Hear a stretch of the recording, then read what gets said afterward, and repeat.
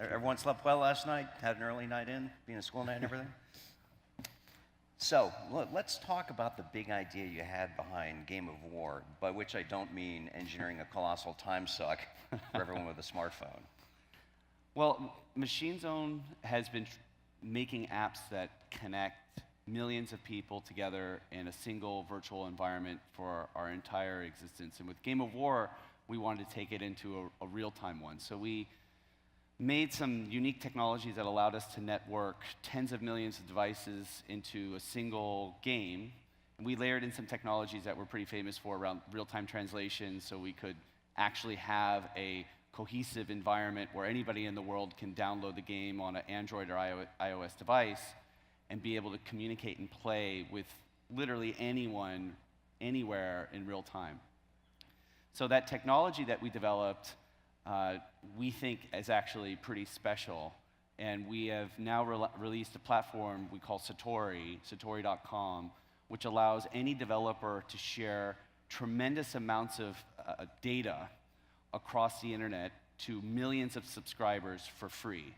We have taken the cost of messaging at scale, sharing information across the internet, to essentially zero, and we're allowing any developer to share beyond Twitter scale, beyond WhatsApp scale, data streams to anyone. There's no equivalent of the fail whale for Satori? No, this is it's a distributed, very fault tolerant system, a very fast messaging system, with the goal of creating essentially a single feed of the internet. So I want to give you an example. I have a video of one of the first applications or examples of what we've done. So this is, when you think about the world of news right now, news is this highly distributed ecosystem, millions of websites sharing information. It's so big that we can't keep track of it all. And then we have these new problems like fake news. What fake news is news on the internet is so big, we don't know where news is coming from anymore. So what we've done here is we've subscribed to every single RSS feed on the internet. And we're republishing it as a single stream of information. So what you see right there is a real-time view of all news on the internet, all of it. What are people saying about us right now? Well, it's a video. Okay. But it's also queryable, and you can write artificial intelligence on this. This is an environment. It's not just messaging. So if you'll notice, we have some visualizations around things like a word cloud. You can now put, if you share information through RSS, we are subscribing to it and republishing out in this big, what we call big RSS. This is a programmable environment. It's not just a stream of information you can subscribe to. You can also write code to it. So now you can get things like a word cloud on the internet, the real-time internet.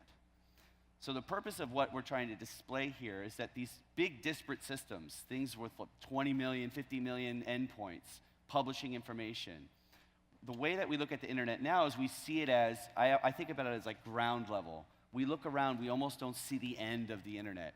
There's too many sources of information. This allows you to zoom out so high that it turns it into just a single stream of info. So what we've essentially done here is we've taken a public protocol, RSS, and with one engineer in 2 weeks, we've nullified it. There's no need for it anymore. You just subscribe to this single feed, and you have all of it, and it's queryable, and you can write artificial intelligence on top of it. So we think this is a tremendous news resource. There's nothing like this available on the internet, period. This is more powerful than Twitter. This is the most powerful news resource on the internet, hands down, because it's programmable. You can write logic. You can sort it all in real time, and it's free. So where does the money come in? I want to create a public space for real-time information, and I want to broadcast it all in a single programmable feed. The basic thesis is that the internet itself, the way that traffic works on the internet is the client, your iPhone, sends data through a network. The network manages that data, it sends it to a server, and then that server is essentially an application. I want to view a present view of the internet, a present view of everything, absolutely everything. And if you zoom out far enough and we put a computer in the network, the internet itself turns into just a single stream of information because that's what it is. And I want to make that stream of information programmable and filterable. Now, the phrase total information awareness crept into my mind when you were first telling me about this last night, like the old National Security Agency program, but this is something that this is an open, people free, use for good well, and not evil. This is an open, free feed of information. Anybody can publish into it. So we're building a network layer that allows anyone to share tremendous amounts of information, not just a text, not just a photo, raw data streams at incredible volumes. So right now, a free account on Satori can publish 200,000 messages per second.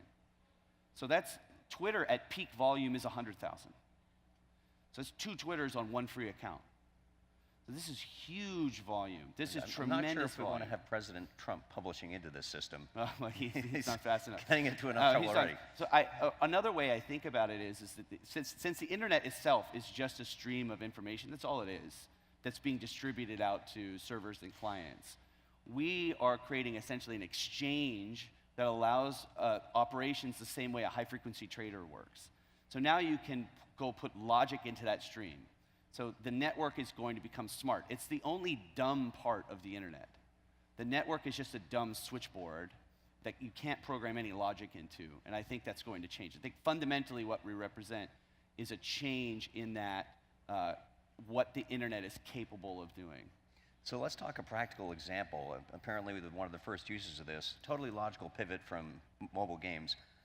Transportation in New Zealand. Mobile games, mobile games is, if you think about it from like as a device, it's the largest IoT network in the world, mobile games. Billions, 3 billion devices, and all my apps are free. So and I do a lot of marketing.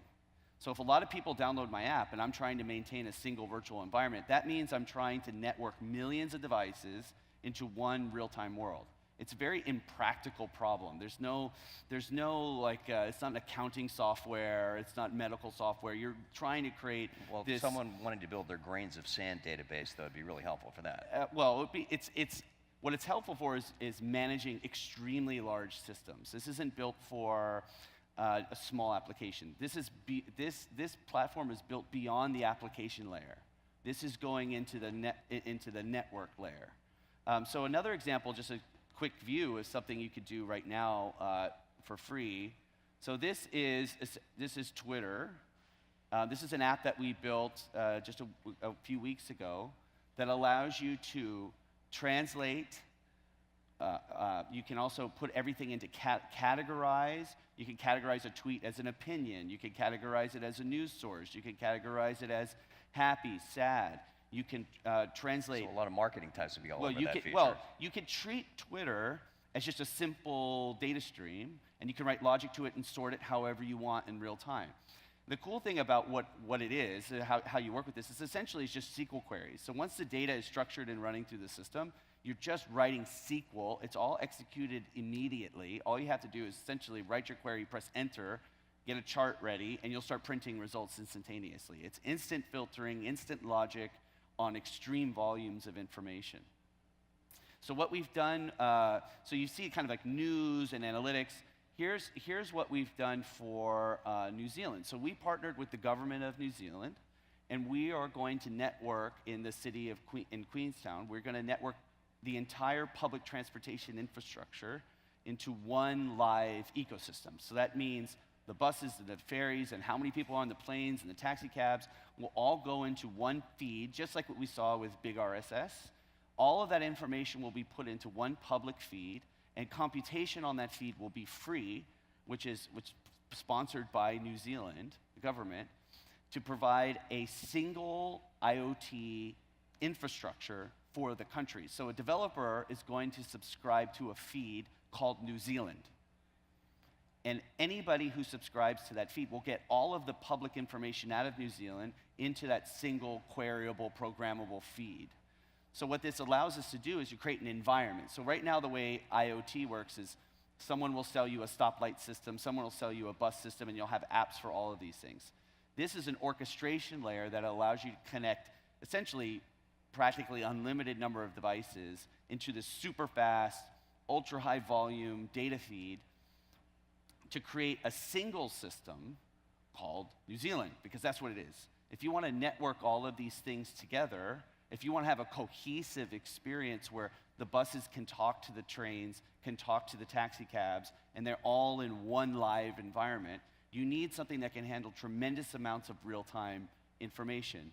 So New Zealand is our first beta, and what we hope to achieve there is the first live country where any retailer, bar owner, any developer can publish New Zealand public information into this essentially public utility stream called New Zealand. And any developer around the world can subscribe to that and start writing interesting apps on top of it. This is how I guess Yelp will not be unhappy about this, because they too can subscribe to this and anybody can parse out the data as yeah, they wish. anybody can. So the cost of messaging and doing computing on live data, we're going to take that down to the point where anybody in the world can work with any volumes of information easily. It's just, like I said, it's a simple SQL query.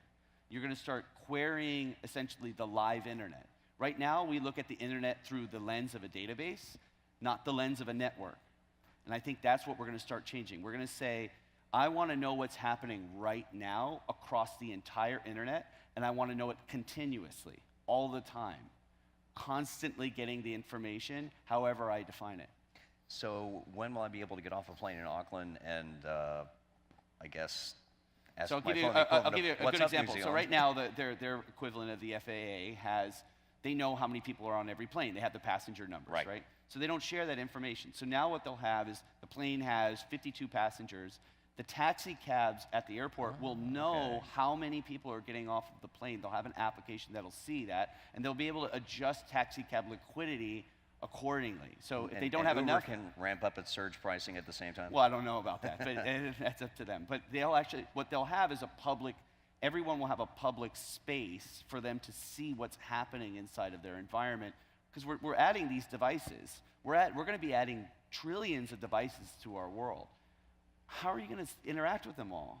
Where's the system? Where's the public space for us to interact with the entire real-time world that we're creating right now? Because we're creating the devices, but where's the orchestration for all of this We do stuff? need a positive example, because so far the most public examples have been hacked IoT devices, which are being arbitrated at scale by the bad guys. But hardware is different than the network. Network I can write code on my network. If my device is out there and I can't update it, that's a problem. I can filter those things out live on the servers, right? So you're going to get a layer, an orchestration layer that is better, is open, is scalable, and it actually provides an environment first. We need an IoT environment before we need devices. Because right now, where do the devices go? What do they talk to? Right? So now that we have an environment, every time we're going to add a device to New Zealand, it's not a question of where it goes. It goes into the New Zealand feed, and any developer that subscribes to it automatically gets it. They don't have to do anything. They're subscribed to it, and they just start noticing their server starts getting different new pieces of information that didn't get before. So now you have a very structured way to grow a smart country. But ultimately, New Zealand is just a subset of the internet. I think it's inevitable is that all of that can be put into a single stream. The internet itself is just a stream of information. It's just not read and written to. It's handled through a dumb switchboard that sends traffic to a server, essentially. I think that switchboard is about to be, I know it's going to become smart. So that is going to be the network itself is about to become programmable. Cloud computing is going to, all computing right now is post-network. All of it is. Computing is going to start moving into the endpoints of the internet. Right when data touches the internet, it will already be read and written to immediately, as soon as it touches the internet, not once it travels to your server. I think that's definitely the future, and it's something that's going to happen really soon, probably next 2 years. So one thing I have to ask, any time a publishing platform gets popular enough, it gets spam. How will your system with real-time publishing deal with that? So what's great, we can write logic. We can write logic directly. So anomaly detection is going to be a really big thing. So so think about the network right now. Like, why does DDoS exist? The DDoS exists because the network is stupid. You get a bunch of bots that say, send traffic to this server, and the network doesn't even know what's going on. It doesn't know that there's a million bots sending. It's just a network that sends information. It'll be very easy to deal with that in the near future because it'll be obvious that it's a bot attack and they can just cut it off right at the source. You don't need to have a system post-network, which is how it works right now. So it's the dumbest part of the internet, and it's also the biggest part. It's where all of the total summation of the internet is in the network. That's where it all is. If you wanted to view into everything, you're going to have to build a computer in the network. Otherwise, it's just going to get split up across billions of applications. So what Satori represents is a new change in app development, the way that we deal with data, the way that we deal with the world, the way that our expectation of how many devices and how interactive the world can get, because it can get extremely interactive. So I meant to ask, where did the name Satori come from, besides having a domain name available by that? It's a Japanese, it's a Japanese, it's awareness. That's essentially what it is. Okay, good, Yeah. good branding. Yeah, we like it. So I guess give me some examples of how would this sort of system make this conference different in 2 years or whatever? Oh, okay, great example. So first, if you had just doing this on the fly, if you're having a mobile app, right, things like broadcasting your location. Let's just say you want to talk to press because you're a startup, right? And they don't know where you are, right? This is something that's actually really easy to fix. So you can have a little button That's that like says 50% of my South by Southwest traffic. Where are you? yeah. I'm in here. So you can have if you want to share your location publicly, you would have a button on your application that you would just press and say, I'm here. The conference would have a live map of everyone saying where they are, and you would have a search query be able to say, where is this person, or where was this person shared last, right? So that's one example. Communication at scale, if there's 20,000 people here, and they want to share things like live video, live location, live chat, live audio, we can actually structure that into one group conversation rather than several different ones. And we can write bots on it that show you what interesting things people are saying or doing as it's happening. So if somebody sort said— of automated FOMO? Well, yeah. FOMO as a service. Yeah, exactly. So if I said, hey, I want to know if Gabe ever shares his location because I want to find him. And so I said, okay, fine. And then one day I said, all right, I want everybody who's looking for me to find me. I go and I press my button and I share the information. The whole conference can get an alert instantaneously and say, this is where he is if that's what you want to do. I don't think I want to use that feature. Well, actually. some people do. A startup person will. Right. Right? There's a lot of people that will want to use that. So what it'll allow you to do, and there's different types of IoT devices too. There's IoT devices, so a lot of these tags, they have RFID chips in them, right? So you can start saying how many people checked in. The person running the conference can actually have a real-time view of how many people are at a certain talk. If there's not enough, if the chair is empty for some reason, which never happens at Collision, but if it was empty for some reason, they could go grab someone from the hallway and say, hey, we know that we've got 10 empty seats. Go in there and watch this great talk. Actually, that would be helpful, yeah. How many stages do we have? A bunch. Yeah. We have a lot. You're so you have to think about it, like Collision itself is just, it's a lot of independent devices and people and a lot of unstructured information that we can structure into a live feed that called Collision, and then we would write code directly to that feed. And so you've also got this challenge, developer challenge running for Satori? Yeah, so Satori is so we haven't even really talked about apps yet. We're mainly talking about public information, and there's a lot of data feeds that we will be handling in the near future. This isn't really it's not really SaaS or cloud.